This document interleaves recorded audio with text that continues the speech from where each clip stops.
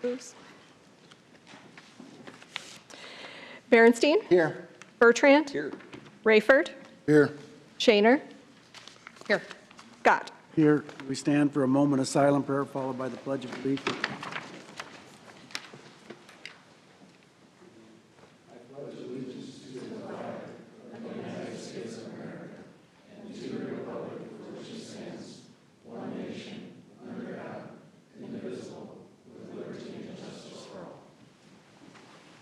We'll go to interviews for boards and commissions, the Airport Board of Trustees, Chris Harbeck. Chris here? Chris may not, because we got that memo earlier that said that he may. Right. He may not. Tyler Cruz? Come on up to the Come on up, Tyler. microphone and tell us why you want to serve, Tyler. Following in your dad's footsteps on this one. I suppose, yes. How are you guys?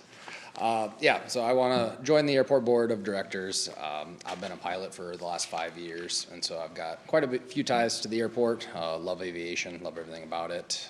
Follow my dad's footsteps. He's been flying for 20 years, so been around aircraft and aviation for quite a while. So he obviously served on the board. I would like to continue that, so I heard there's an opening and definitely interested in that. So I enjoy volunteering, giving back, and so I always like to make sure I do something that I have a passion for, and aviation is definitely one of them. Thanks, Tyler. Absolutely. All right, thank you. Pat McElroy?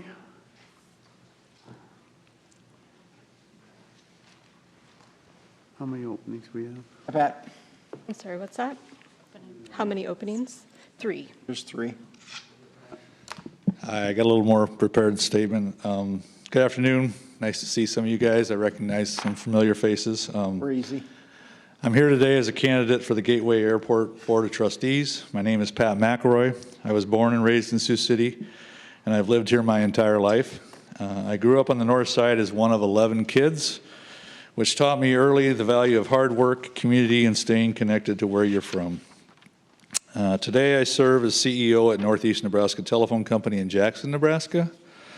Northeast Nebraska Telephone Company is a vibrant co-op that was the first 100% fiber home company in Nebraska, and our customers have the highest internet speeds in Nebraska, and we're pretty proud of that. So, in this role, I've been fortunate to get to fly quite often out of Colonel Bud Day Field. It has given me great perspective on how important it is to have excellent air service right out of Sioux City. The crown jewel of the Siouxland in our airport is the 185th Air Refueling Wing. It must be at the forefront of every decision the board makes. Supporting the 185th and its long history in Siouxland is vital to our community.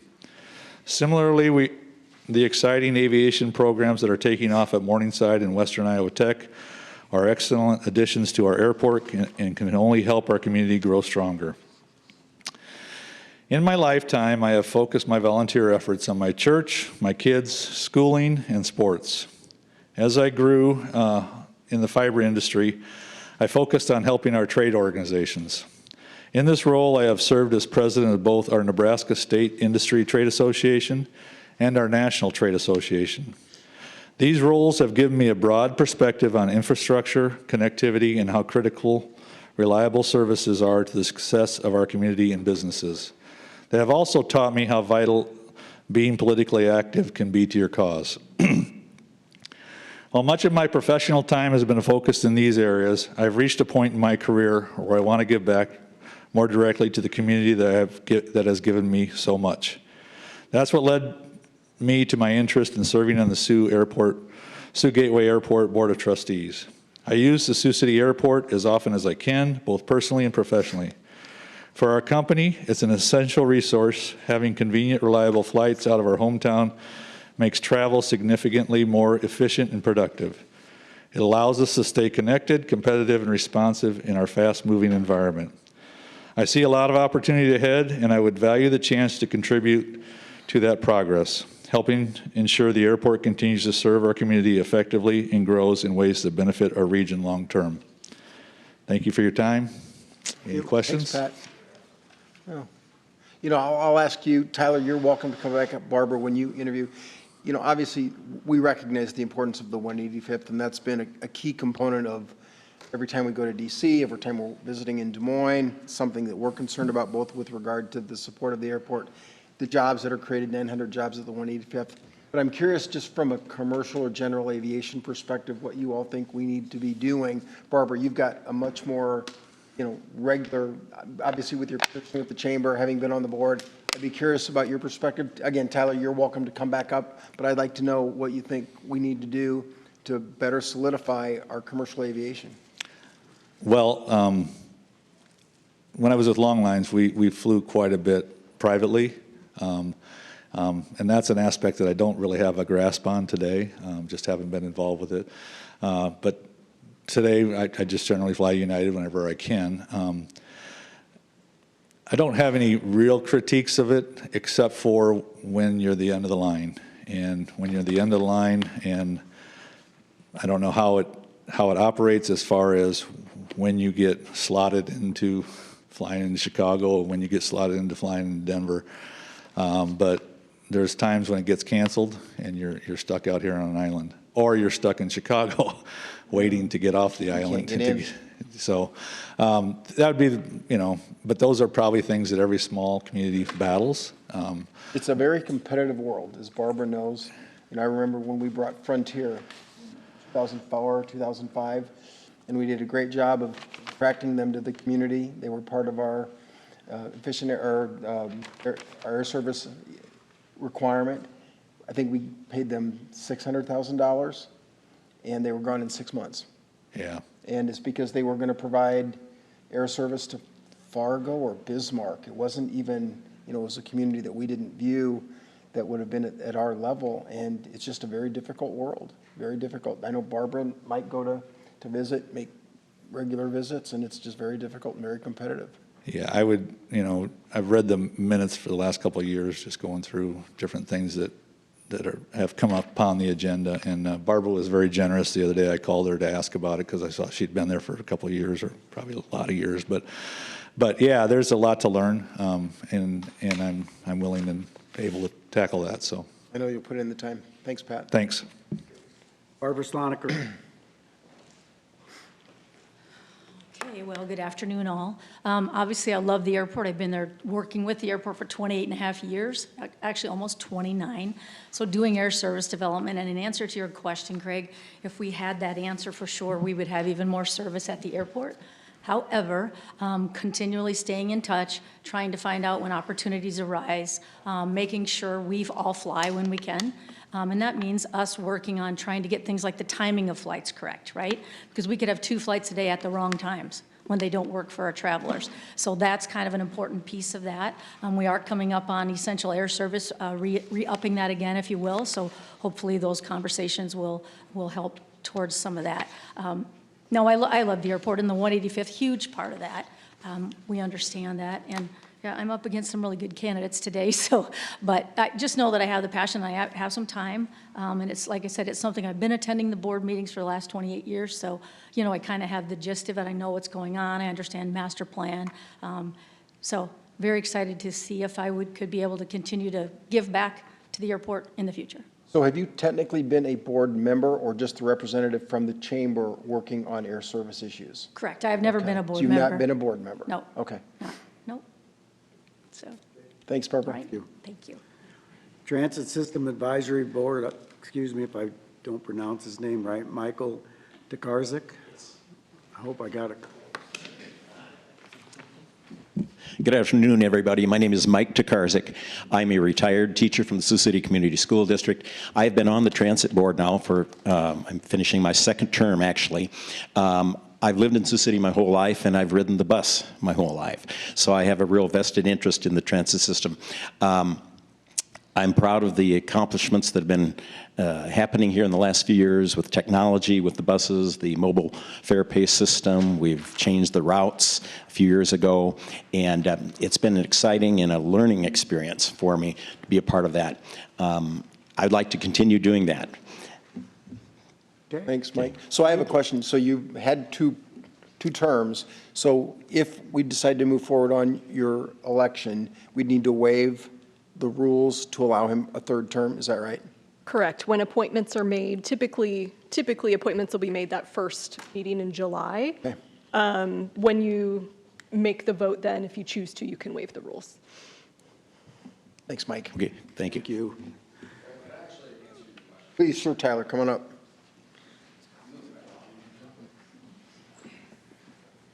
Tyler, remember, there's 3 people applying, 3 people opening, so don't oversell. Oh, Go there ahead. is.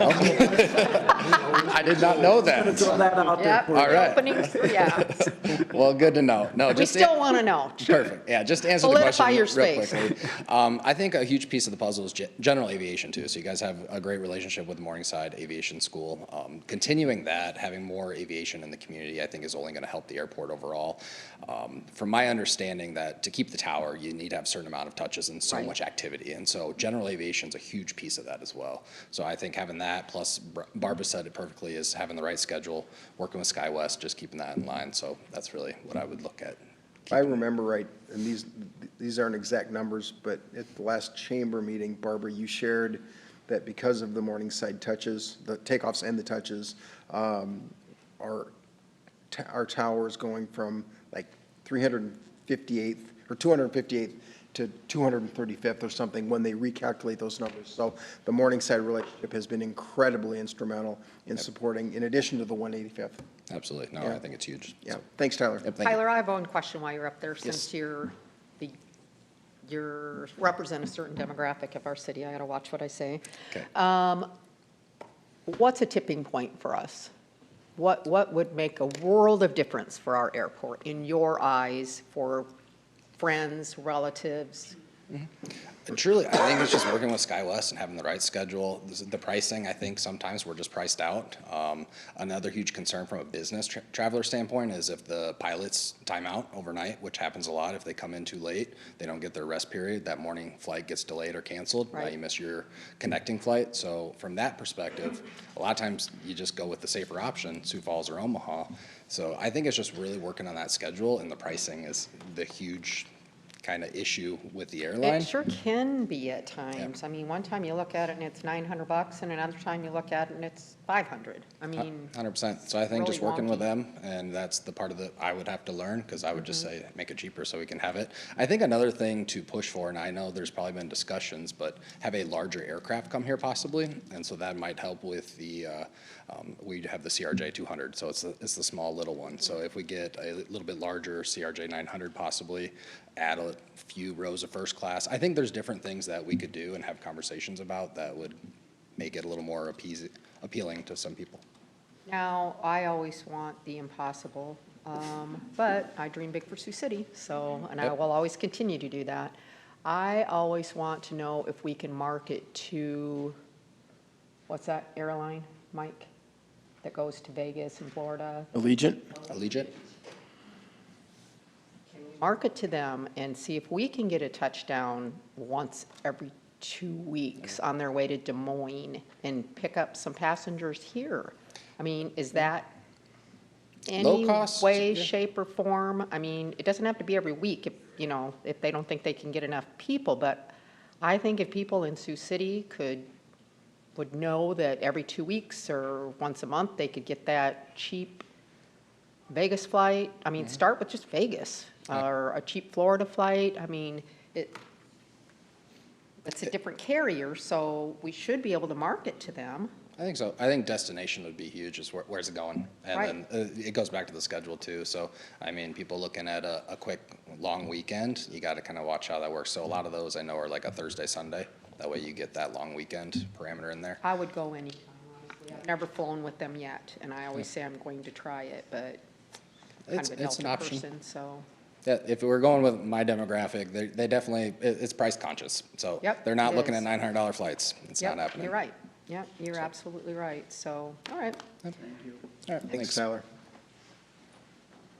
Items 3 through 15H constitute a consent agenda. Items will pass unanimously unless a separate roll call vote is requested by a council. I'll move the consent agenda. Anyone wishing to speak on the agenda item may come to the podium at the time the item is being discussed. Anybody wishing to speak on an item not on the agenda should come up under citizen concerns. All speakers should state their name for the record and then provide the statement. Is there a second? Second. 3 is a reading of the city council minutes of May 18th and 20th. 4 is a resolution updating fees for production costs for advertising on city buses. Jason, is this your item? Yes. Quick question. So you're talking about updating the fees for production costs. How about for the advertising costs themselves? When was the last time we reviewed that? I think that was 2017. Let me look here real quick. While you're looking, will you give your name and position for the record? Sorry, Jason Allen, Director of Transit. Last time they were approved were February 6th of 2017. Mike, do you think Yeah. that's something that we need to revisit I as well? think we talked about that when we brought this forward, and I think based on the demand right now, I think, okay on rates. We're not overly sought after, but we have a good amount. You're comfortable with the numbers? Yep. The only reason the contract was up after 3 years, so we had to put it out for bid, and that this new cost reflects what our cost is to pass forward. I'm assuming that there's not a markup that we receive a portion of the production cost fee? We just pass it through. Okay, thanks, Okay. Jason.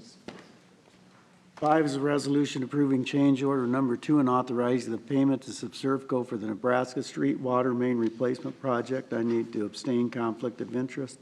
I'd have a couple questions. And Tom, or you, or Gordon?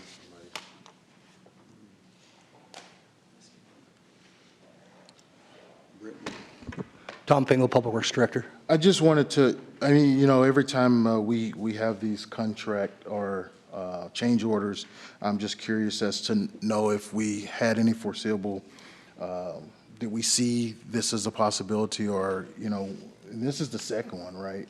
This is the change order number 2, that really is the You're right. largest component. And I'm glad that Ike asked that question, because I think part of the oversight is that this was in large part related to the railroad, right? Yep. And to Ike's point, is that something we could have or should have known before I'll the get bidding was answer. done? I can get the answers for that. I don't know that. I think Ike raises a good point. I would say, keep in mind, these are quantity adjustments. So we've got quantity pricing. But part of it was increased quantity as a result of not understanding where some intakes were. Yep. And it related to where the rail line was, right? Brittany, do you have some info? Yeah, Brittany Anderson, Senior Civil Engineer. So that large portion was brought up by the rail representatives that came on site during construction, and they felt it was safer to move further away. So we did review it during design, and they permitted it, so that's how the design was. But on site, they wanted to see that further away, which then increased So our had they bore. given pre-approval and then felt something more Right. needed to be done? Correct. Yes. That's pretty typical of the railroad. Right. Yeah, you don't get to argue either. No. No. Now, is this in their right of way Yes. of 50 feet on each side of the track? Yes. We don't control. Okay. And do we see any changes coming forward as we continue through this? Pretty close to the end, aren't we? This is the final on This this is the project, final. so this closes out this project. Okay. Thank you. Thank you. 6 is a resolution awarding a purchase order to Hogland Bus Company for one bus, Sioux City Transit System. 7 is a workforce housing tax credit program. A is a resolution supporting the submission of an IEDA application to the workforce housing tax credit program by Outer Banks Apartments. B is a resolution supporting the submission of an IEDA application to workforce housing tax credit program by Tri-State Real Estate Development. C is a resolution supporting the submission of an IEDA application to the Workforce Housing Tax Credit Program by HCI Real Estate Company. Marty, quick question. Or Clayton, we're permitted to ask for 4 projects of this nature, is that correct? Say that again? We're permitted to have annually 4 projects of this type, Yes, that's correct. and we don't have a 4th? We don't. We had a couple developers that we were talking to, and they decided to postpone until next year. Okay. Clayton, can you provide? Yeah, Clayton Bangford Economic Development Specialist. Thanks, Clayton. 8 are actions relating to street closures. A is a resolution temporarily closing a section of Virginia Street on June 5th, July 3rd, August 7th, and September 4th for Downtown Live. B is a resolution temporarily closing a section of Larson Park Road on October 10th for the Opportunities Unlimited Irish Road Bowling Event. C is a resolution temporarily closing a section of Leach Avenue on June 27th for the Miles Inn Dirty Sioux Poker Run. 9 are actions adopting construction documents. A is a resolution adopting plans and specs for the Siouxland Nexus Program Volume 5 tanker warm-up and holding pad project at the airport. B is a resolution adopting plans and specs for the Highway 75 water main upsize project. 10 are actions relating to bonds. A is a resolution authorizing a form of loan agreement and providing for the issuance of general obligation capital loan notes Series 2026A and amending the levy of taxes to pay the notes, approval of the tax exemption certificate and the continuing disclosure certificate. Can you show me as abstaining on item 10A, please? B is a resolution authorizing a form of loan agreement providing for the issuance of taxable general obligation capital loan notes Series 2026B and amending a levy of taxes to pay the notes, approval of the continuing disclosure certificate. Can you show me as abstaining on item 10B as well? Bob, I think you might want to abstain on that. You did when we approved the. Yep. Yep. I will abstain on that. I'm not telling you to. I just remember that you'd done that one Yeah. For clarification, for a conflict of. for conflict of interest. Thank you. 11 are actions relating to agreements and contracts. A is a resolution approving an agreement for maintenance and repair of primary roads for the IDOT for fiscal year 2026 to fiscal year 2031. I move to amend the item correcting the fiscal year to FY 2027, FY 2031. Is there a second? Second. Call the roll, please. Bertrand. Aye. Rayford. Aye. Shaner. Aye. Scott. Aye. Berenstein. Aye. B is a resolution authorizing an agreement with IDOT for Section 130 crossing closure incentive agreement for the Bruner Avenue crossing. C is a resolution awarding and approving a contract to Subservco for the Seeger Avenue water main replacement project. Need to abstain, conflict of interest. D is a resolution approving a renewal option 1 to the service provider agreement for Meyer Towing Service for towing and wrecker services. This contract was originally awarded in 2023. Is that right, Mike? Is there a reason why we don't I understand that we're authorized to extend for one-year periods. Is there a reason we don't want to rebid this? Spiro Vahulis, purchasing manager. So initially it was a 3-year contract with 2 one-year renewals. And I guess at the time the police department decided they wanted to extend it 1 more year, extend the first option. But it's our privilege to do that, right? Yeah, Rex Mueller Police Department. I haven't experienced anything over the past year that would want me to discourage this. Any interruptions in services, any complaints from citizens or officers, so they seem to be fulfilling the contract with very little drama, so I have no reason to oppose this at this point. Okay, thanks. E is a resolution awarding a sales and service agreement to Access Systems for 42 Sharp multifunction printers for IPDS license keys and a 5-year maintenance agreement. F is a resolution awarding a sales and service agreement to Visual Edge IT for 17 HP laser jet color printers, 2 Lexmark XM7355 multifunction printers, and a 5-year maintenance agreement. 12 are actions relating to property. A is a resolution authorizing and directing the city manager to sign a release of mortgage for Centennial Manor Apartments for the Centennial Manor Apartments. B is a resolution authorizing and directing the city manager to sign a release of mortgage with Townview Partners for the Centennial Manor Apartments. 13 are applications for cigarette, tobacco, nicotine, vapor product permits. 14 are applications for alcohol licenses. 15 are board, commission, and committee minutes. Anyone to be heard on any of those items? Did we have a walk-on?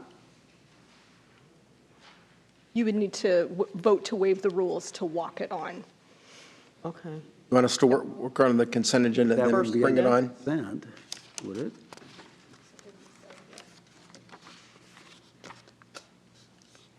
It doesn't differentiate in the council rules whether it's a consent or a discussion item. It just indicates that the council would have to vote to waive the rules and allow consideration of the item. What is it? Because I have no idea. It's the liquor license for Buffalo Alice to use it during the June Jam event that's coming up. It's their event, and they just got it in on Wednesday. Oh, on Thursday morning? And so it just missed the deadline, but it's her, like, she sponsors the event, so we're, Yeah, is she here? So Somebody move it then. I move it. I'll second it. This is to waive the rules or actually the item itself? It can be a combined motion. Okay. So we're going to waive the rules, and we're going to put it in the consent agenda? Correct, and then you Okay. would vote on it as part of the consent. Perfect. Yep. Only comment I have on the consent agenda is on item 15, and this is truly a nit. On 15A, on the airport board minutes, the word airport is spelled wrong, so I don't know if you want to respell that or not. If you just look at, it's on page, oh, I have my notes. Oh, on their minutes? Yeah, on their minutes. Okay. Word airport. I'll let them know. On the motion, Rayford, Aye. Shaner, Aye. Scott, All right. Berenstein. Aye. Bertrand. Okay, now we'll vote electronically on the consent agenda. Yes.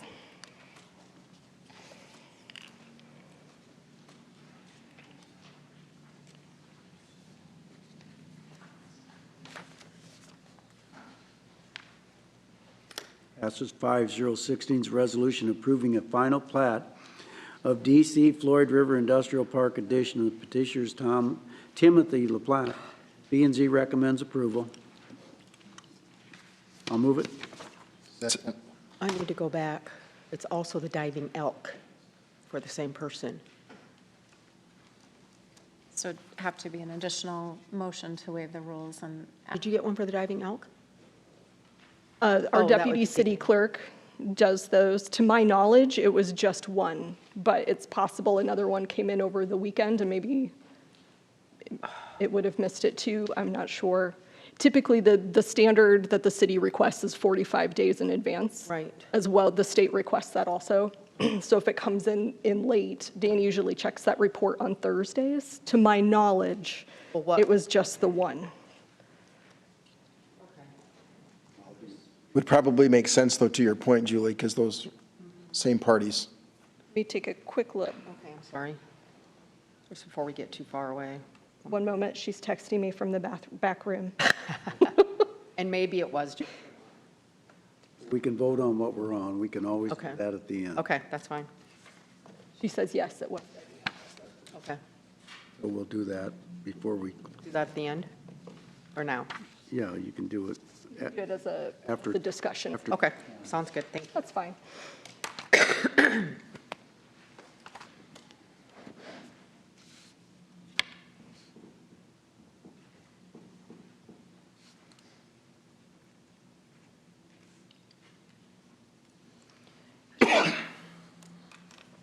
Passes 5-0-17 is an ordinance vacating a portion of the north-south alley abutting lots 10 and 23 in the block bounded by Fifth Avenue, Glen Avenue, South Henry Street, and South Clinton Street. The petitioners Clarence Gordon, P and Z recommends the denial. First consideration was approved May 18th. I'll move second reading. Second. Anyone to be heard?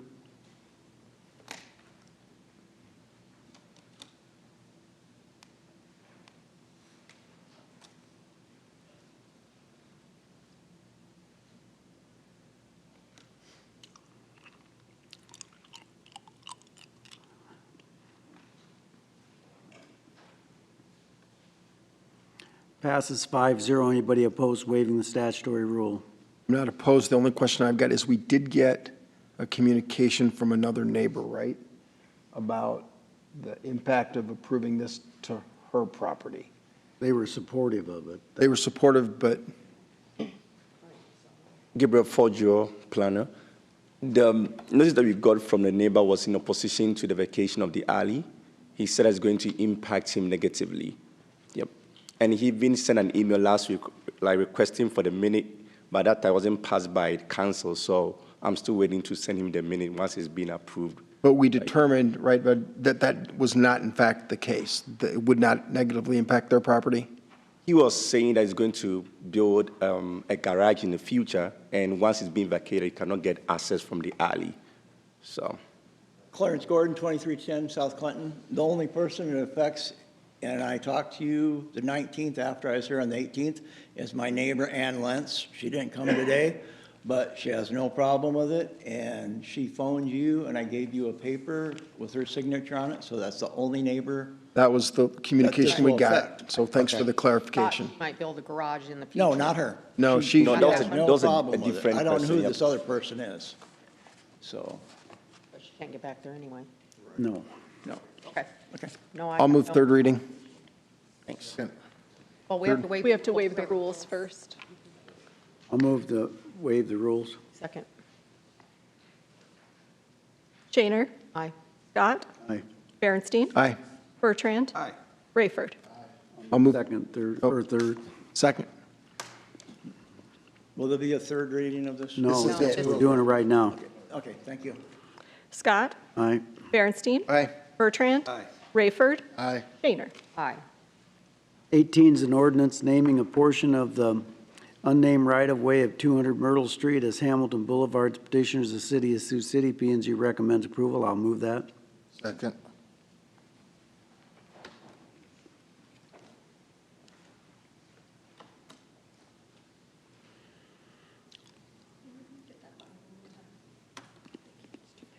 Well,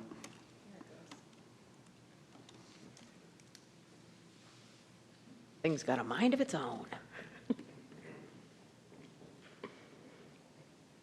passes 5-0. Anybody opposed to waiving the statutory rule?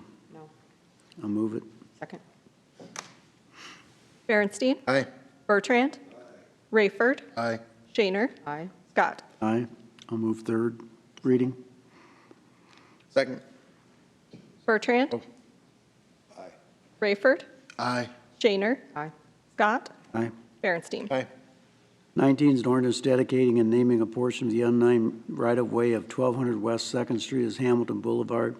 Petitioner, City of Sioux City. P and Z recommends approval. I'll move that. Second. Second reading.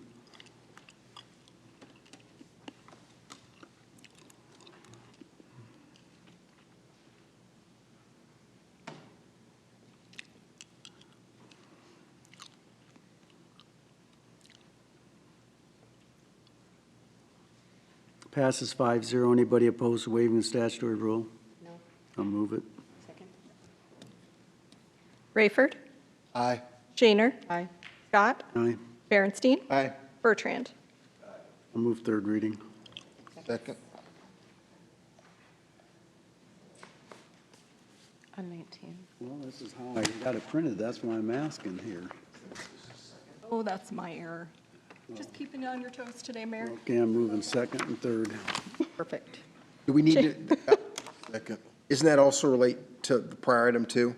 Because we moved, Correct. so do we need to revote on that item to No, I think- second and third? I believe it was right. It was read correctly. Okay, Shaner? Aye. Scott? Aye. Berenstein? Aye. Bertrand? Aye. Rayford? Aye. It's me. 20 is a hearing and ordinance vacating a portion of the east-west alley adjacent to the property is 3503, 3511, 3515, and 3527 Orleans Avenue. The petitioner is George Sully. P and Z recommends approval. I'll move that.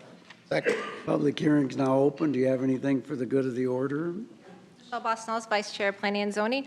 No, there were no comments. The Planning and Zoning Commission recommended approval, so unless you have any questions. How can anybody be against Mr. Sully when everybody's? Okay, you can't vote against a class of 68 East High guy. I know that. I'm with him. That's a lot of pressure. Public hearing is now closed.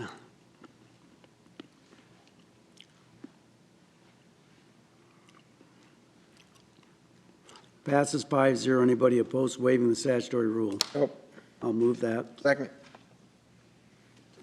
Scott? Aye. Berenstein? Aye. Bertrand? Aye. Rayford? Aye. Shaner? Aye. I'll move second and third. Second. Berenstein? Aye. Bertrand? Rayford? Aye. Shaner? Scott? Aye. Now make your motion to waive the rules. I want to waive the rules and, This is The license right. for issue a diving license. elk. Second. for, I'm trying to talk. For the diving elk. There you go. For the June Jam coming up. Bertrand? No. Rayford? Aye. Shaner? Aye. Scott? Berenstein? Aye. okay, Innovation Center.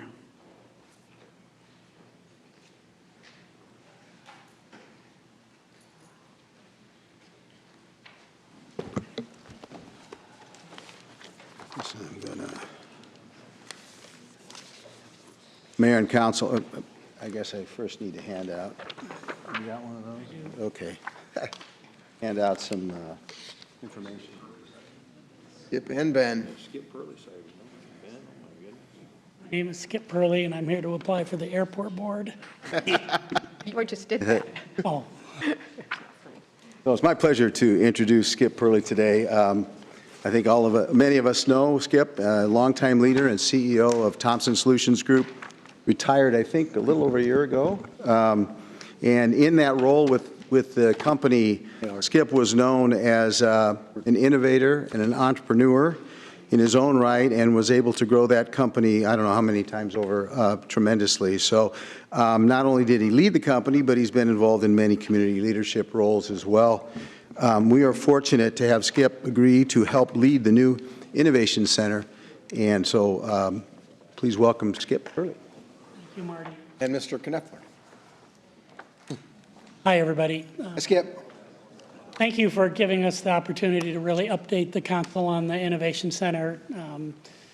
And my goal today is really just share with you the what, the why, and the how. I have some of our team with us here to help in case I miss something or to answer some questions, but try to be pretty brief and really just share with you what we're trying to do and why, and why I jumped on board to get behind this. So what do we do? We're really looking at trying to build a facility that becomes the home of entrepreneurial and innovative activity. And so that's really the simple answer. And why, for me, and this I'm just answering from me, I think the why is Siouxland for decades has had a real spirit of entrepreneurial activity. And we have some massive success stories of people that started a business, and Dead Weight is clearly the sort of the most recognizable. But even before Ted Weight, Chuck Long, another entrepreneur, Jeff Arnold, another one. People that started with just an idea and grew it into a massive business. And so I think we have a spirit here for that. And we have, over the years, different organizations have tried to do something to support that activity with some success, but really not a sustainable success. And that's really the why. The why really is because we need to figure out how to do this and do it in a way that it is sustainable for the long term. And so what's different about this time than the other times? And I think one is we have several groups of people that are involved in this formally. This is a partnership with the city of Sioux City, Western Iowa Tech, the Iowa West Coast Initiative, and Siouxland Public Media. All four of those groups have stepped up and are helping pull this together. But we're already having great conversations with several other people. In Morningside College, Briarcliff University is another one. Several others that we think will be very supportive of this when we get it going. So where are we at? Thanks to you guys, You bought the building at 3rd and Iowa, formerly Office Systems, I believe was the name of it. If we can pull this off, you guys will donate that building to us. So we appreciate that and thank you for that. We have a $1 million grant from MERD. That is a match grant. And we have $1 million, I think it's $1.1 million or $1.2 million from Iowa DEA or Iowa EDA. And we have $250,000 from Gilchrist. And the $250,000, we received that and we used that for architectural fees.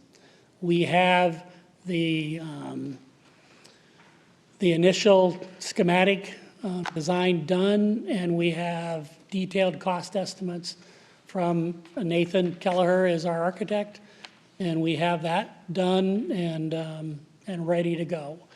And so at this point, we are finalizing our materials to go out into the community and ask for some more money. We are finalizing our materials on the clients that we're hoping to get and how we immediately fill this building. And thanks again to the city, we applied for a US EDA grant of $7.6 million. And we've had quite a bit of communication with them. And we hope to find out by June, right? Yeah, June or July. There's been conversation with them, so we're feeling good about it. Will we get the 7.6? I don't know. That's probably a little bit pie in the sky, but if we could get 5, it would go a long, long way. I know that when we were in DC, they had commented that they did not see many $7.6 million applications or grants, but they did see in the range of that $5 million range. So the total project is somewhere between 8 and 11, depending on what all we do, if we do the whole thing. So if we get, let's just say we get 5 million from the US EDA and the other 3 million, we still have a lift to do. And I'm not here to tell you that that will be an easy lift. This is an interesting nonprofit to raise money for because it's not starving kids or there's really no heartstrings in this. This is a business venture to improve Sioux City. But we think we can do well. We think we have some interested parties. Putting that together to really go out and fill in the blanks before we start construction. Our intent is to not, really start spending money until we have this really, really close. So again, one of the things that we're doing to make this different this time is all about activity. One of the things that all of the other attempts to do this didn't have was, I'm going to say, people off the street connecting to the project. And by way of some really great thinkers before I got involved, we're setting this up to get people involved and in the building all the time and seeing what's going on, and hopefully wanting to get involved, whether that's in some sort of a support role or they have an idea that they want to help grow. With that, I'm going to take a pause. Ben Kneffler is my vice president.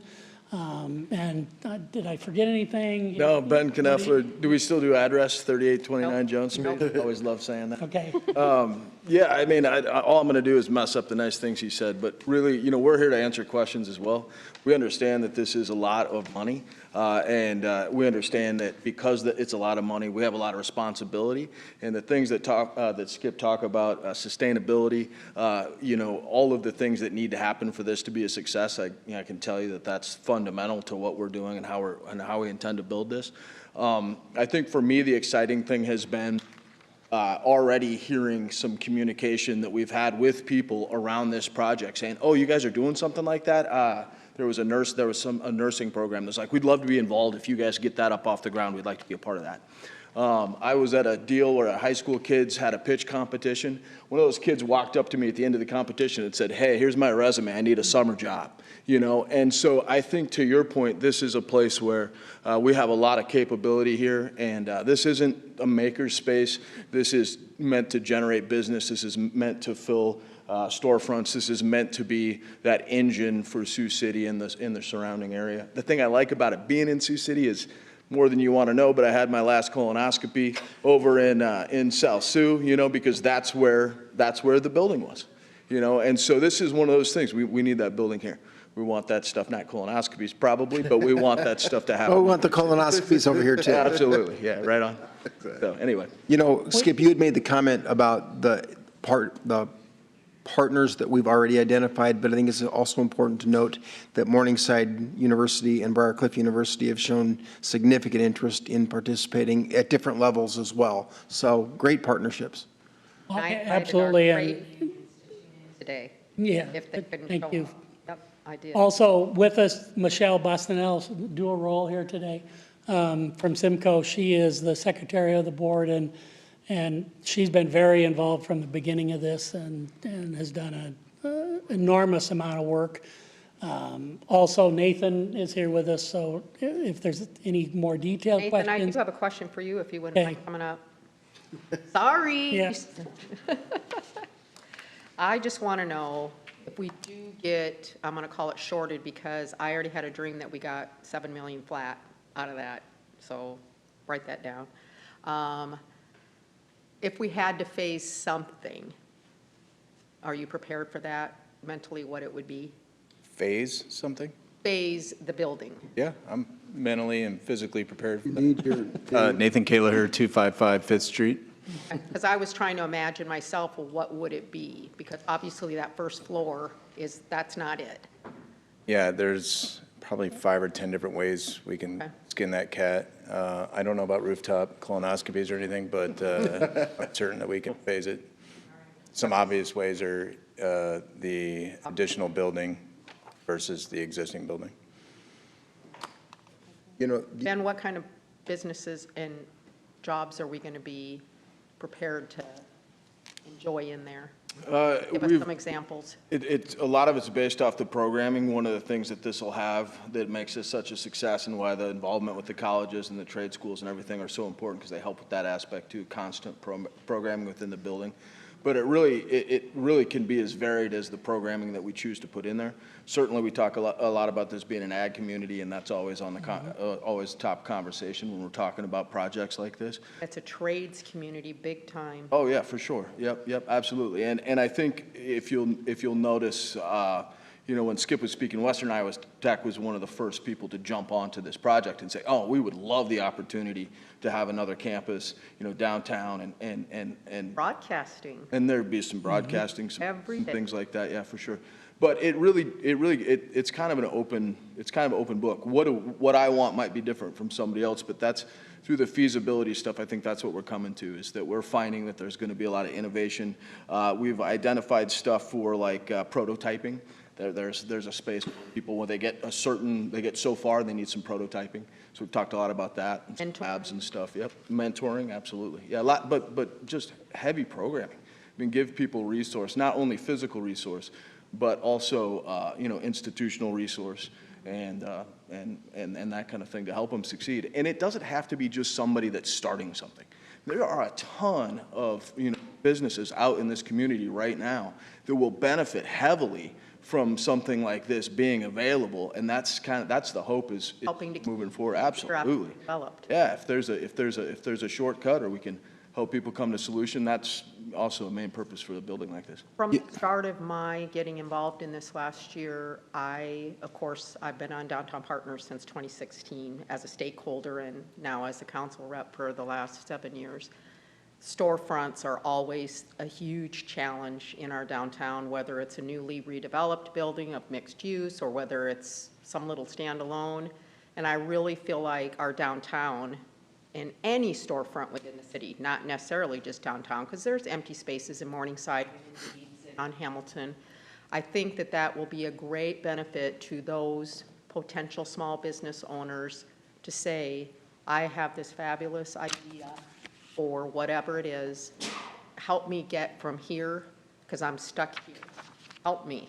And it could be writing a business plan, it could be a floor plan, it could be anything, to do with that. It could be just getting them to funding or something like that, finding the path. And I think that would go a long way in these mixed-use buildings that have empty spaces. I think it's huge. Huge. That's one little leg of it. That's a small part of it.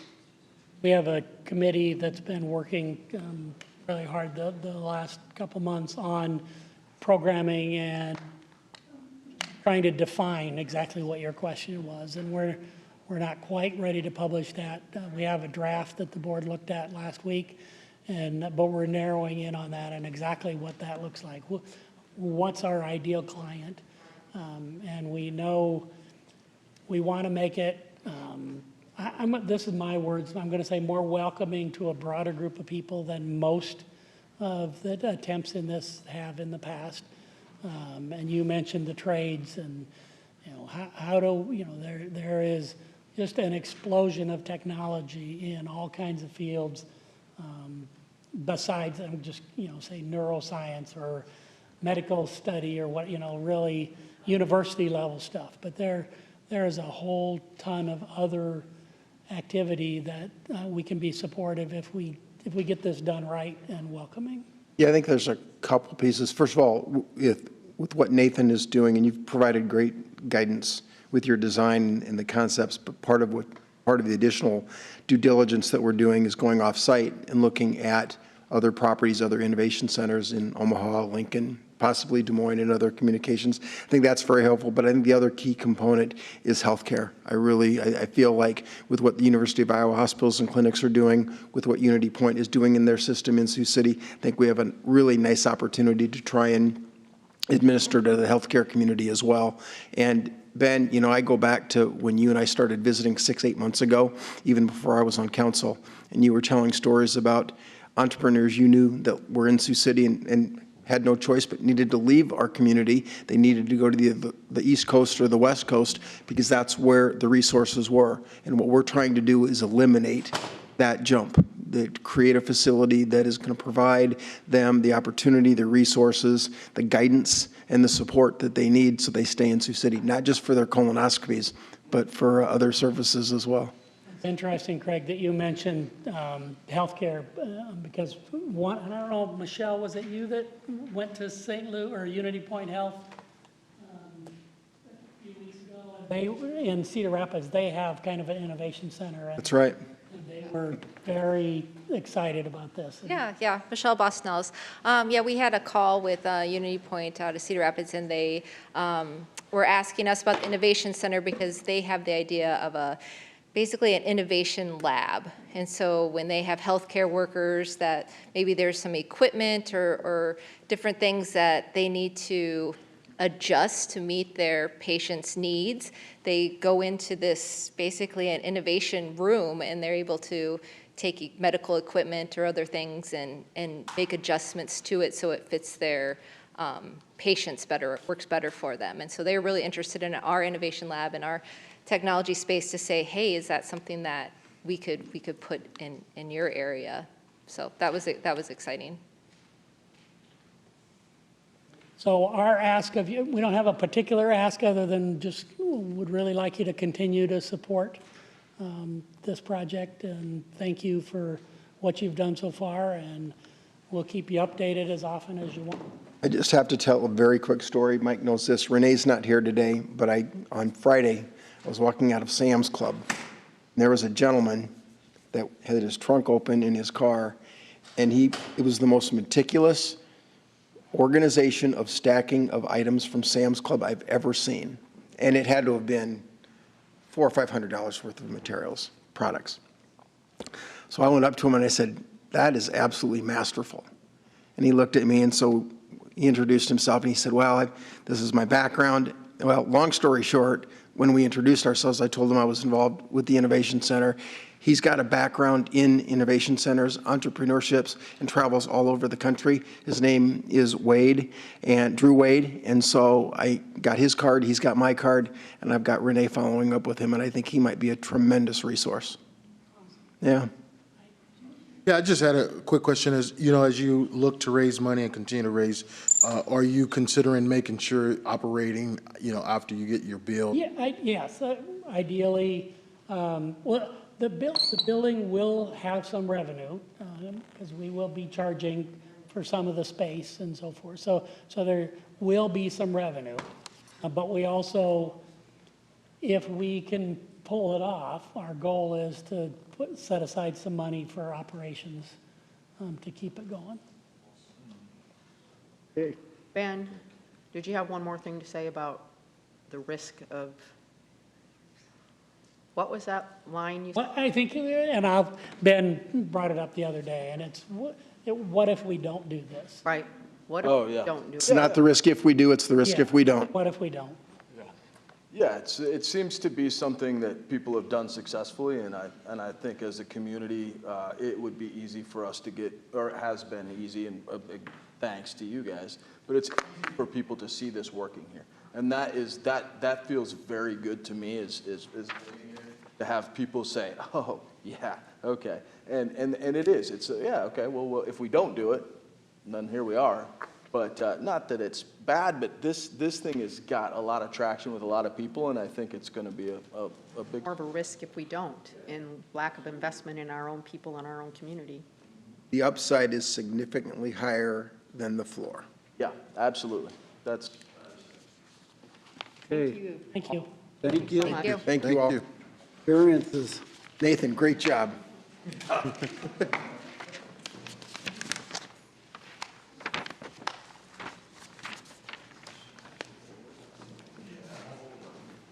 Good afternoon, Council. Chris Madsen, Planning Division Manager. So Council did ask for us to give a presentation on variances and the process for variances. This is great timing for that because there are two legislative items that have impacted how variances are reviewed and will continue to impact how variances are reviewed going forward. So with this kind of quick presentation, just wanted to give you an overview on variances. What are they? What's our current process?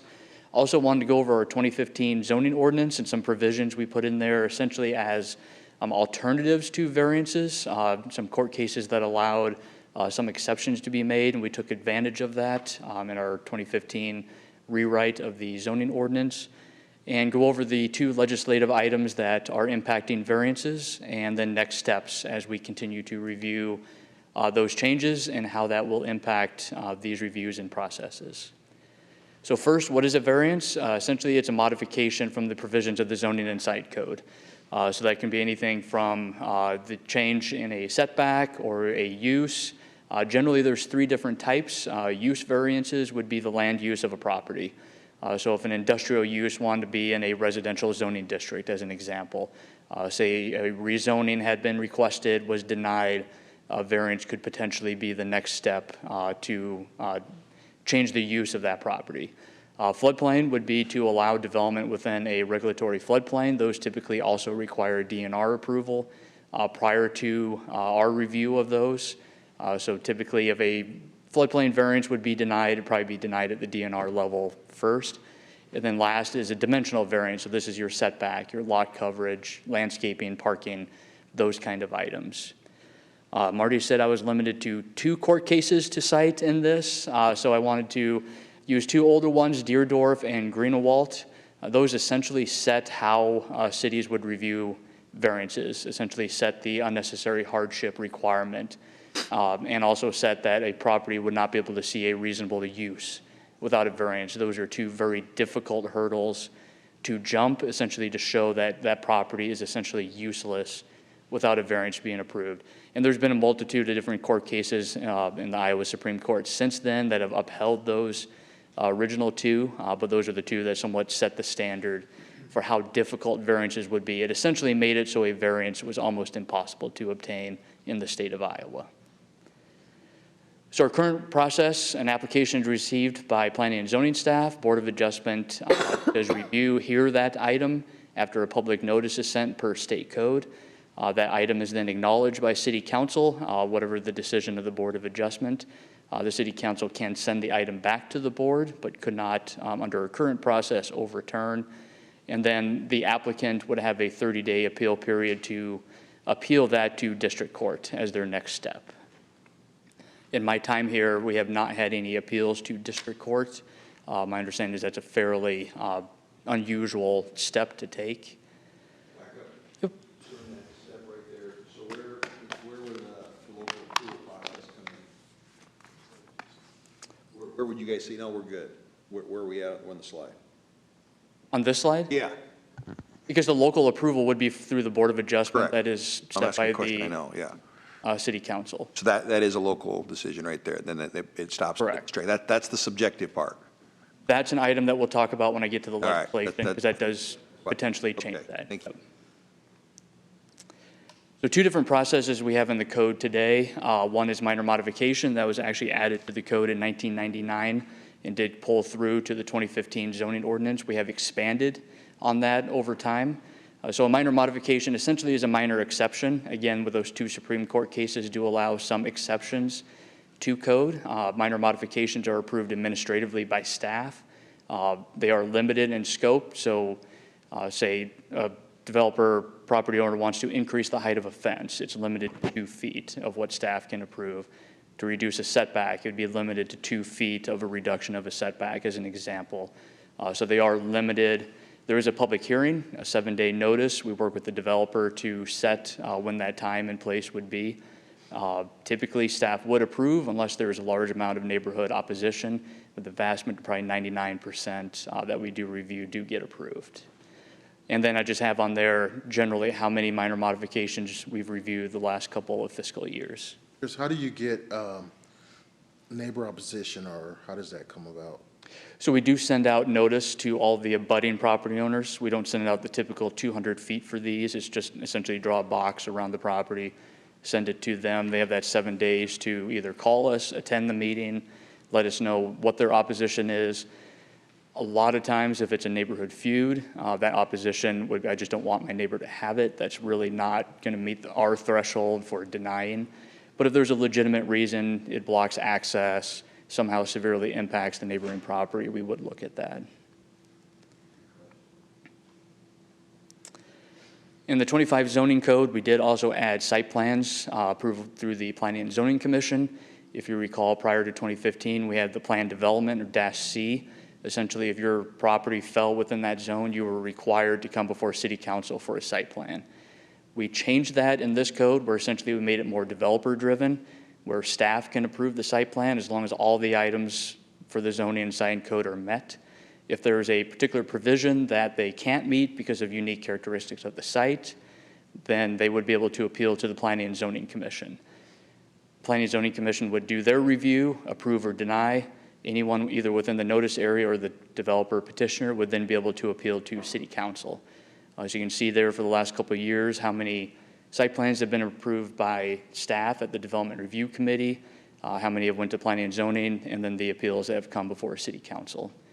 And on the right is a site plan that was just reviewed last week by the Planning and Zoning Commission, 7 Brew on Sunnybrook Drive in the Lowe's parking lot. This was a requested reduction of the rear yard setback by about 15 feet, and Planning and Zoning did approve that site plan. So this is somewhat our way to allow the exception without going through the full variance process and having to meet those more difficult thresholds. That's the subjective part. That's the, you guys have the flexibility to be subjective at that point, and just don't force the variance is what I'm saying. Correct. Planning and Zoning has the ability to be subjective. Staff, we typically don't make a recommendation on this because it's a waiver to code.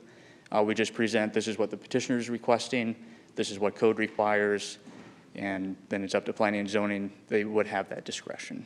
And while there's a standard, there are guidelines, correct? I mean, they have a sense of. It's generally a property by property, case by case basis on what's being requested. At the staff level, when we're talking to the developer, we typically try to say the fewer waivers that you request, the better when you get to Planning and Zoning. We can look at the past and say what items have Planning and Zoning approved, and maybe what other conditions have they added, like maybe they want to see more landscaping if it's a setback reduction. Which are those the kind of- standards, what you've done in the Correct. past, and yeah, what would otherwise be acceptable. Correct. That's typically what we try to communicate to the developer, but at the end of the day, it's up to them and what they want to submit and what the Planning and Zoning Commission would review. And correct, typically if the Planning and Zoning Commission were to approve, the developer is happy with that approval or any conditions they added to that approval, it's done at that point. They don't need to go to the next step of coming to City Council. So to get into some recent legislation, House File 652 that was approved last year became effective on July 1st of 2025. This essentially removed that unnecessary hardship threshold for dimensional variances. So this would only apply to dimensional, would not apply to the use or floodplain variances. It did replace it with practical difficulty. Unfortunately, the legislation did not define what that means, so it's probably going to be a future court case where the Supreme Court will tell us what practical difficulty is. Generally, though, the legislative body, when they approved that, stated they wanted more variances, more housing, infill development to be able to get approved. We've taken that as generally more variances to be approved as well.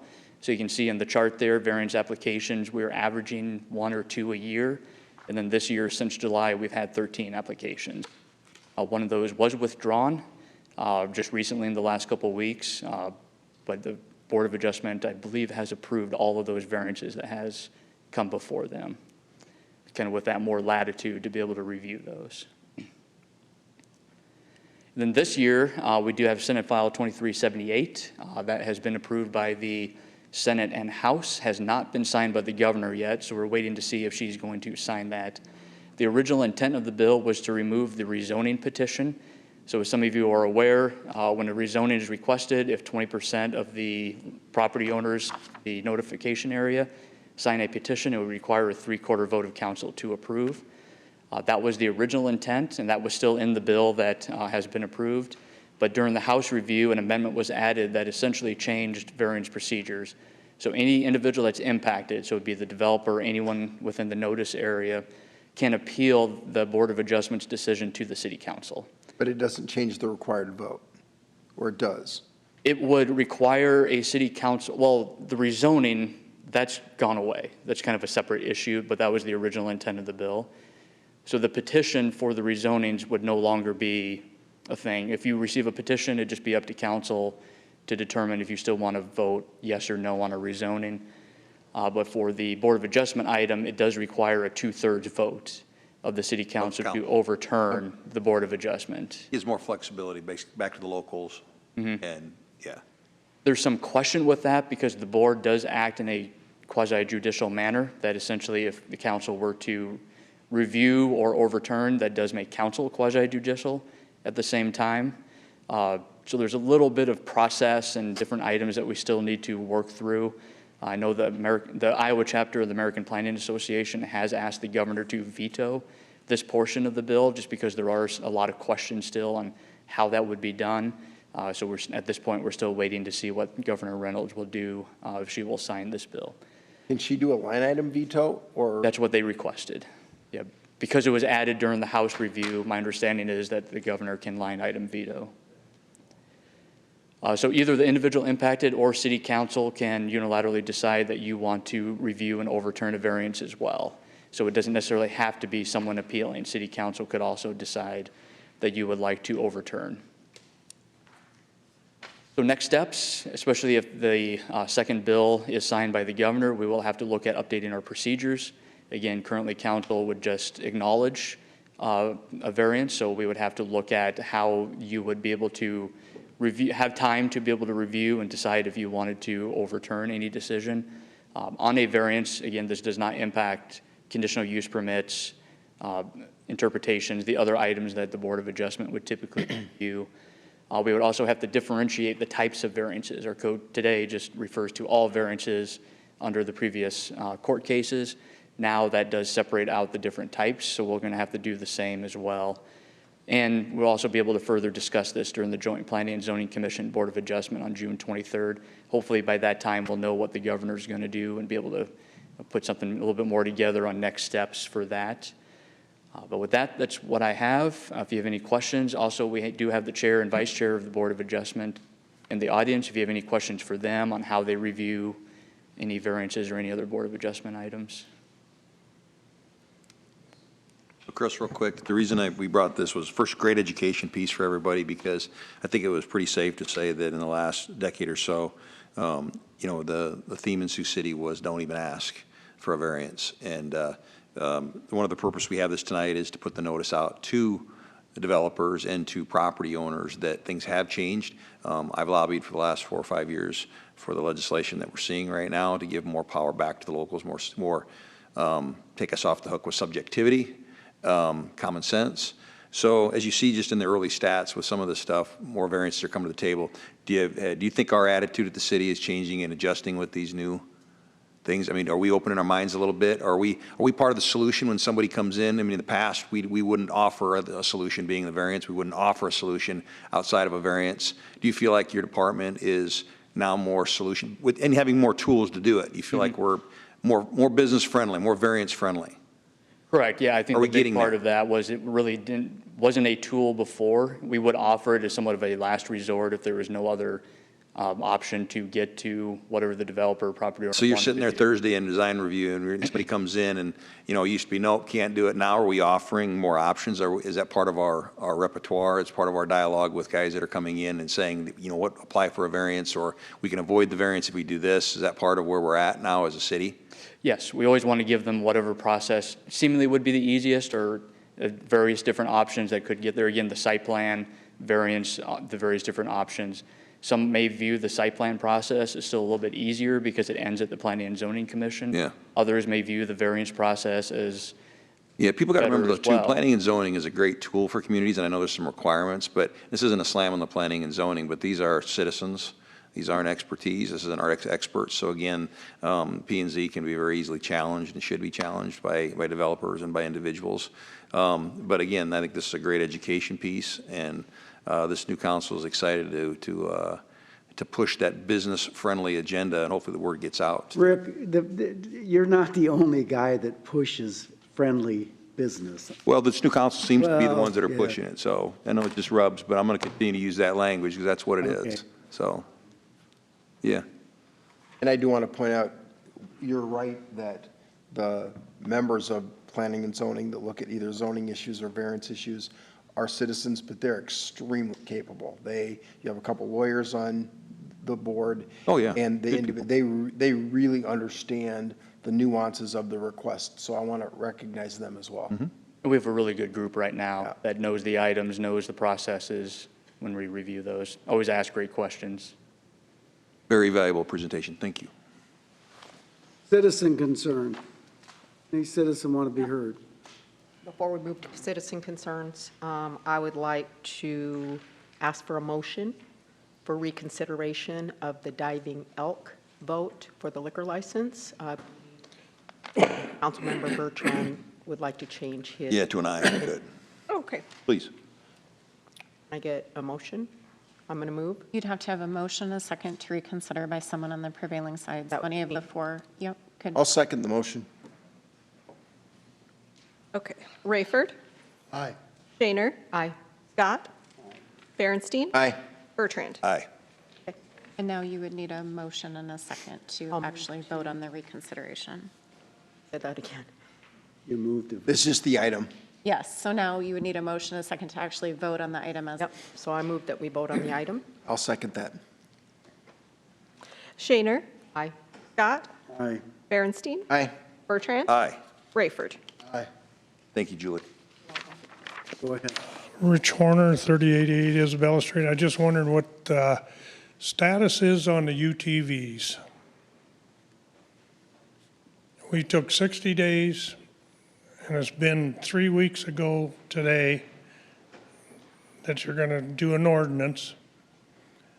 And we haven't heard a thing or a word It's about being it. drafted at this time. City get a Attorney's vote. Office is drafting. Going to get a vote. How long do we have to wait? Well, the draft has been done. We're circulating it with the police department and other city staff to make sure that there aren't any internal corrections or changes, recommended changes for the council's consideration. I would anticipate that it will be on for first consideration probably in less than a month. In what, a month? I would say in less than a month, we'll have it on the council's agenda. So probably sometime in June? Yes. Yeah, because I got this from the state of Iowa, and it pretty much explains what we can do. And I don't know why the city, we can't ride on 4-lane roads according to this. And I think that's what you people do not want us to do. And if we can't just follow the state law, like the other cities, I guess, do, you know? I'm on a mayor's chain of emails. There is no common, I'm not saying that, but there's no common ordinance for UTVs. It's a big ongoing, here's what we do, here's what we do. No cookie cutter. I must have had 35 emails from different mayors last. Yeah, well, this right here is, I don't care, it gives the cities flexibility to do what they want to do. I understand what the state law is, but there's still flexibility that's allowed to the different cities. And I'm telling you, every city has a different opinion. Okay. So we got to get the ordinance written, and then we can look. It's our city. so it's in another month? We have a first draft done, but we need input from the police department and other stakeholders within the city to make sure it meets with their expectations before we present it to the council. And then the council may have some revisions based on our draft. So it'll be on the agenda. Yeah, I once it keep gets to checking and us, I haven't right. seen it. That's why I thought I'd come down and ask and It's in the find out process. exactly Just what's assume going it's in on. the process still. All right, thank you. Thank you. Thanks, Rich. Anyone else?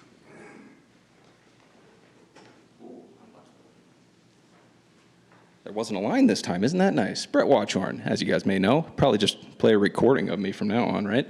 I say the same thing every time. Once again, don't remember there being a 3-minute time limit on this First Amendment, but, you know, here we are.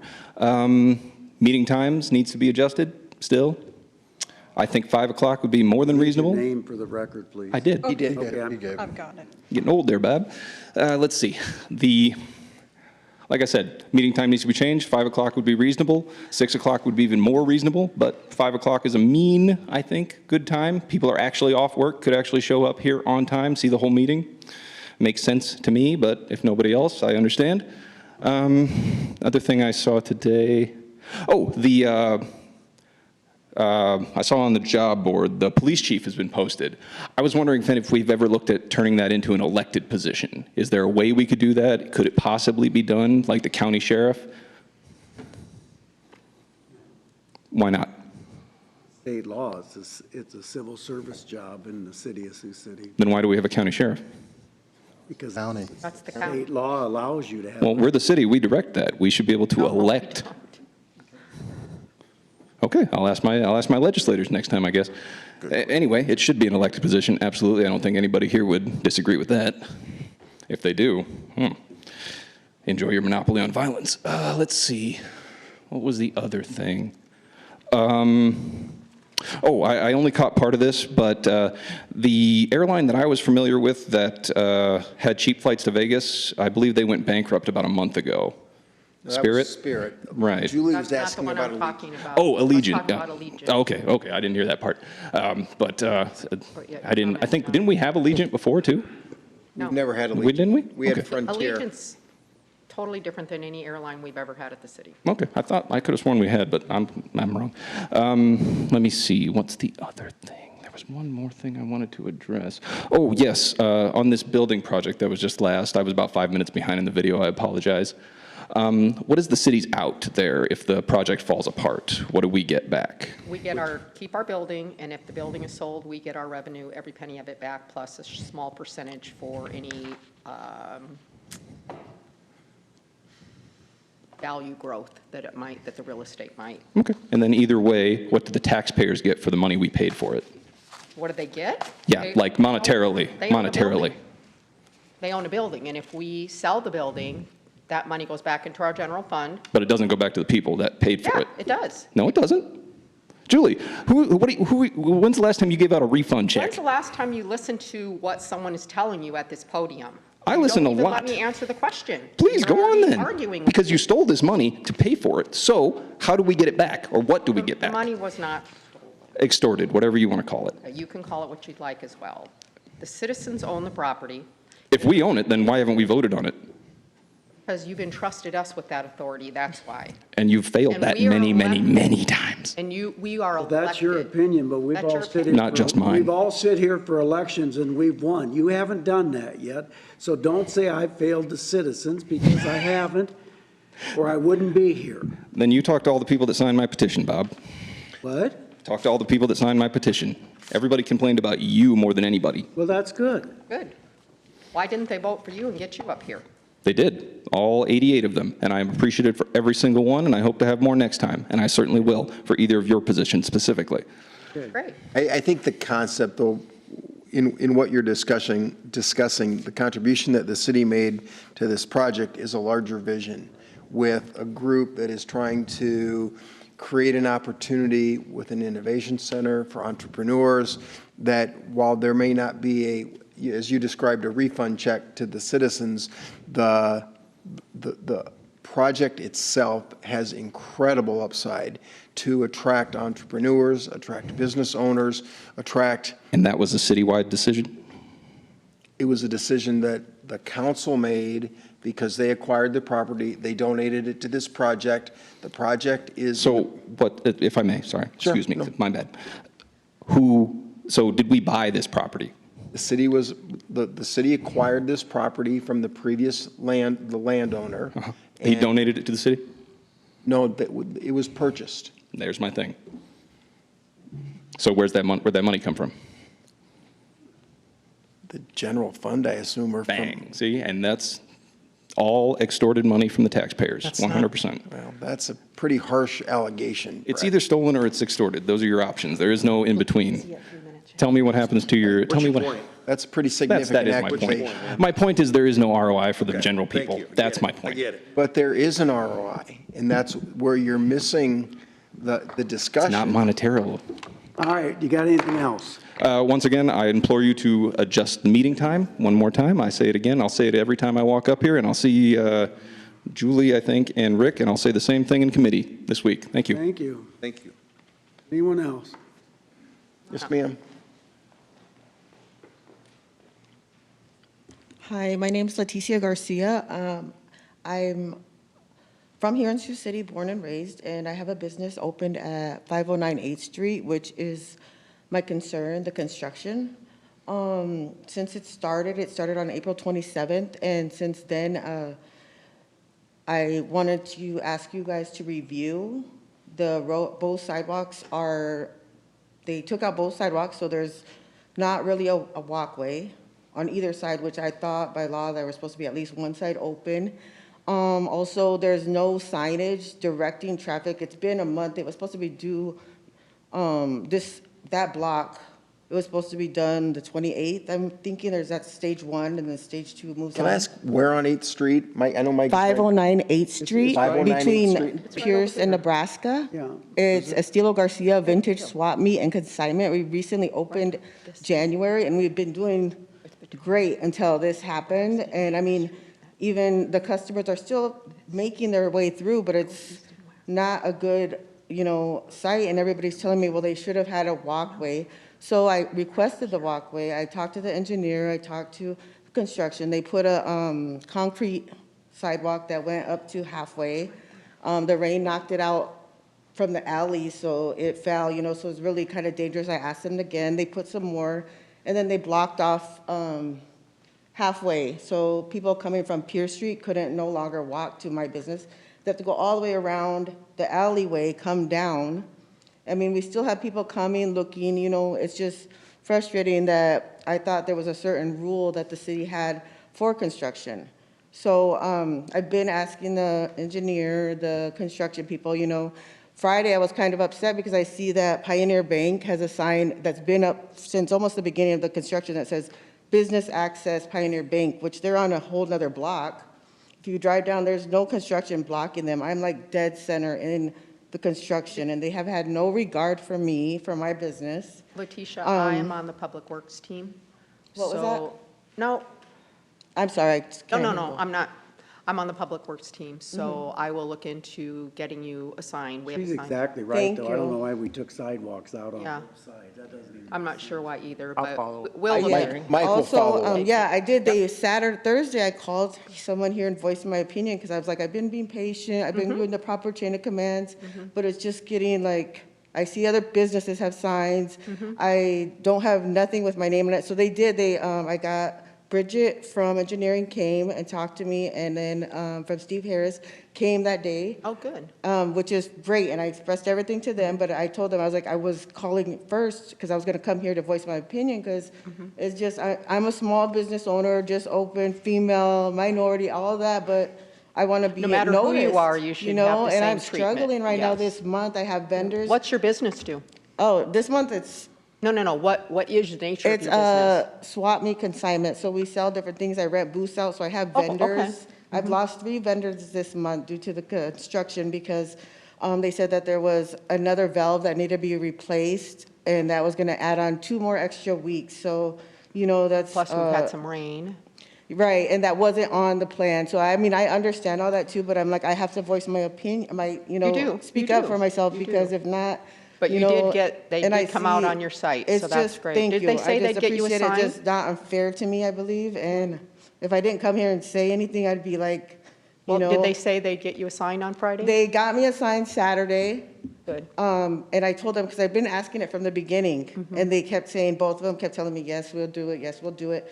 And so finally, I mean, basically, I told them, I'm gonna come to this meeting, and so Friday, the construction has been going on. I even came Sunday, I see one guy there from the construction, because before that, honestly, I have videos from my, social media saying, no movement. I come in on Monday and like, am I here? Is it Sunday?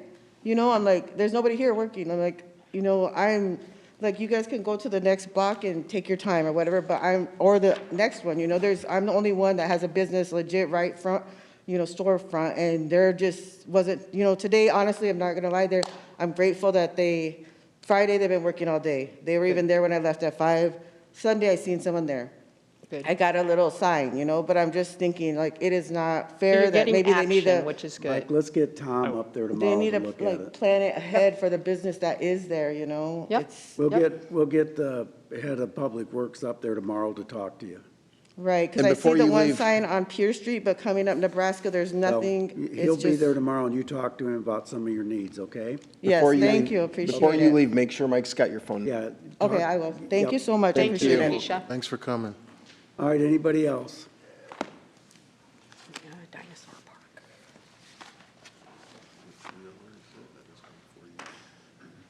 My name is Melvin Carter. I'm here again about Dinosaur Park. The last time I heard, y'all probably sent out a letter, but nobody haven't received a letter yet. So how long gonna You take? haven't received a letter about Dinosaur Park? Nope, nobody in the neighborhood has. Well, we're not doing anything with it right now. We decided to, Yeah, send out letters to see who's gonna show up, but no letters have been sent out. Well, we're not doing anything, so there won't be letters until a year from now is what, it was a year, right? So it'll be a year from now. Why don't y'all patch it up so the children have something to play at instead of playing in the mud? You know what I mean? The swing set, the sliding board, all that stuff been worn out of that circle. You see, it's hard for a little child to get up to the swing set because it's so deep down in there. And the steps are so high. You need to lift it up or do something. This park hasn't been taken care of since it's been there. That park is over 20-something year old and haven't been nothing changed in it. I thought you said the neighborhood was taking care of that. Yeah, I'm taking care of it, but I ain't got the money to fill in everything need to be filled in it. Oh, okay. Gotcha. All right, well, I'll speak with Matt about it, our Parks and Rec director, and see if they can get that on a repair schedule. Would that work for you? Yes, All right, thank you. appreciate it. Anyone else? Mr. Bertrand? Thank you, Mr. Mayor. First, Mike, I got a call on 4th in Hoven that 4th, if they could add a couple stop signs there.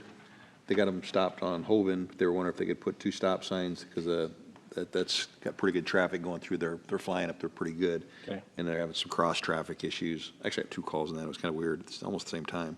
So that was one call I got. First on a positive note, if you have not had an opportunity, Trinity Heights last week formally opened up their brand-new chapel. If you had not had a chance to get up there yet, I would highly encourage it. It was about a friend of mine went to Mass there. Yeah. He said it was absolutely. Yeah. It's a 4-year project. My brother Russ, I want to give him all the kudos in the world. He knew how to embrace, my brother and I knew how to embrace that vision, and I want to applaud the board and our executive director, Terry Hagerty. And if you have not had a chance to get up there, please do. It really is a true pilgrimage opportunity, and it doesn't matter what your religion is or anything, go up there and take a walk around that facility. It's been truly an amazing journey up there. Second, met with Tom, we talked about, he gave us an update today on the retention pits, and about, just so the rest of the council knows, we're about 3 to 4 months out is all for that plan to be presented to us, which is huge for developers. Food trucks, we did a little research on there, Mike, and Sioux Falls charges $350 plus their health department fees, and Omaha charges $850 plus their health department fees. So again, I'm not proposing anything for this year, but it's something I think we should look at. And then also get a head count of what's the percentage of trucks that are from Sioux City or they're coming from out of town, and maybe we cut an in-town or a little bit of a slack. This goes back to fairness, and they don't pay any. You need a permitting fee? A permitting fee, yeah, just a comparable fee. Again, they don't pay any property tax, and again, I love food trucks, I get it, stuff like that, but again, if we look for more revenue for downtown, and from a fairness issue, I think it's something other cities do it, we should entertain that opportunity with the food trucks. Noise ordinance, this is for my mother. All those cars that come up behind her and have those really loud basses. Do we have a noise ordinance in place? Could we review that? It's kind of getting out of hand a little bit. You guys all know those ones come up and they throw your pacemaker off when they come up behind you, those really heavy bass ones. Vibrating. Technology is changing, and maybe our ordinance around noise should be considered. That was brought to my attention. The other one is Reagan. Is Reagan still in here? Met with the Block to Block people this past week. What an amazing organization. They're a downtown ambassador organization. They are currently extremely successful in 220 municipalities from all sizes, from 30,000 to 3 million. They are a mission-based. They came in and did a discrete evaluation of our downtown, and they're going to be presenting us what it would look like to have a block-by-block program. When we start talking about filling the storefronts, they have proven results on how they, over 18 to 24 months, they have a program that brings more people downtown. They develop a perimeter when it comes to safety. They're not afraid of talking about the homeless program, homeless populations. They know that's why they're being brought into a lot of these communities. So I look forward to that formal presentation. It really was an eye-opener. These guys are the real deal. It really was. Third of all, just going to keep my foot on the gas. Again, I want to keep my compassion towards the homeless, the 70% of the people that in this community that want help, and we're continuing to get them record levels of help from if they want help, if they want to ride, whatever they want, we're giving to them. But that 20 to 30% that again is really hampering in the facility called the Warming Center. I'm going to continue to work to declare this a nuisance. This is a public nuisance. I can tell you that today was the official day for one of their neighboring tenants. I don't want to name them by name, but they was a medical clinic. They officially moved out and moved into their new facility. They were not shy at all, saying the reason that they left was the Warming Center. It was they were not safe. Their clientele and their employees don't feel safe. And again, they're not shy why they did that. And that happened today. They moved out with smiles to start their new adventure. Also, I've been passing along, the public knows I've been passing, it's a 25-to-1 issue of support of cleaning up downtown. I've been getting a ton of emails that I've been sharing with my fellow council members from business owners, from regular people saying that we're over the target. This has to be done. Sometimes it gets a little sticky, but this is what we need as a council. Our main concern is not to find new buildings and new locations and to house the homeless. Our job is to create a safe environment downtown to promote commerce and cleanliness. That's it. And that's the mission that I'm on. With that being said, I did receive an email and a phone call from, I don't want to call them a whistleblower, but they did want to become anonymous, which I do believe is going to prompt some type of an investigation on the site. He still has to partake. He was very valid. I spoke to him for a little over an hour. You got to kind of sort through what's valid, what's not. But he currently does have a job, but he's been in and out of the warming shelter for a couple years. He says that we're over the target. He says that the shelter from AM to PM is a very different facility than what it is from 9 PM to in the morning. I don't enjoy, giving these details, but the reality of it is that after 9 PM, it takes on the role of a small kind of a prison atmosphere. He pointed out things of the staff and others turning their heads to drug use, drug exchange in the tier 1, 2-tier system very rapidly. It's kind of they're a takeoff facility. It's happening. Also, he pointed out there's a thing, I've never heard of this term, grooming, which is very, very alarming when it comes to the female young mothers or young women that come in there, or single women. There's a process of protection that happens in these facilities overnight, which I think is appalling.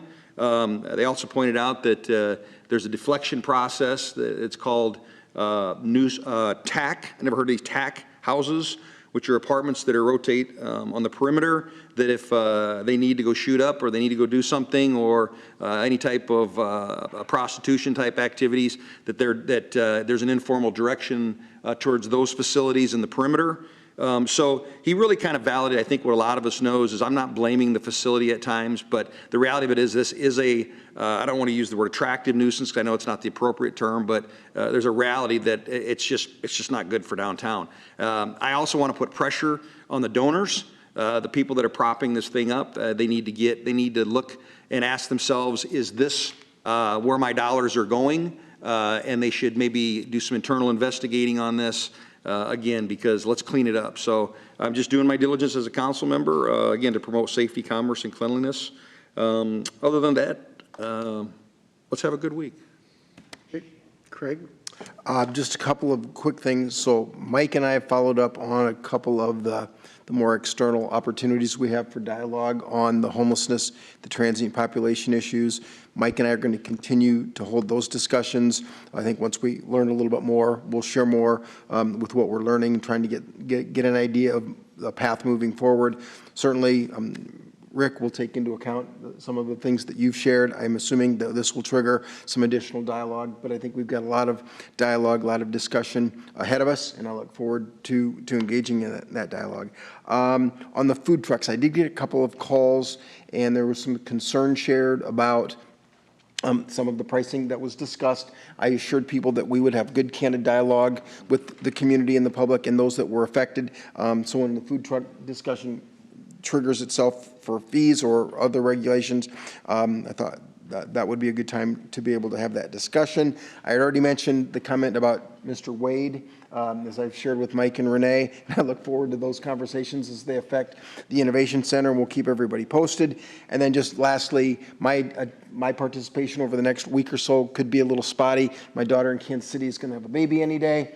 Every time she calls, we think that she's calling to say, come down. But if I'm not in attendance at a meeting, it's for that reason. Just a couple things. I appreciate hearing about the electronic recycling bin that's placed down in the lobby. I think it's always nice to have some of those options for our residents.